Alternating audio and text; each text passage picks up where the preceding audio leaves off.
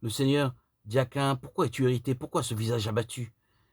Si tu agis bien, ne relèveras-tu pas ton visage?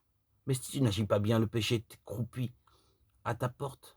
Il est à l'affût, mais tu dois le dominer. Caïn dit à son frère Abel, sortons dans le champ.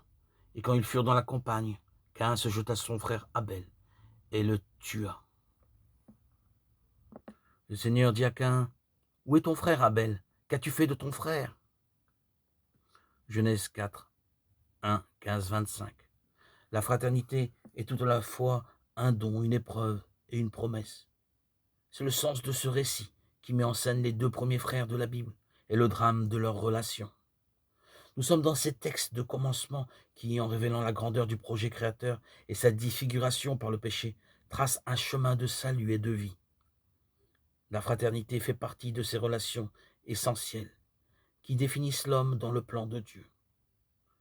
Elle constitue l'un des grands défis que nous avons à relever. En effet, si elle est donnée, nul ne choisit son frère. Elle est aussi acceptée, surtout, à construire.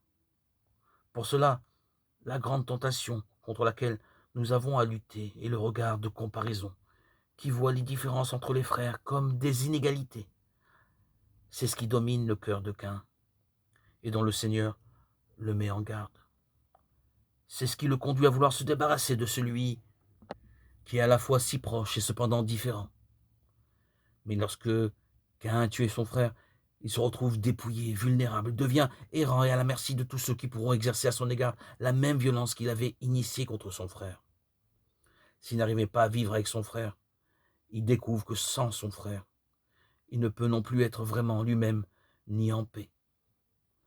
Comme en témoigneront Jacob et Ésaü, puis Joseph et ses frères, la seule alternative au rejet et au meurtre est la réconciliation des frères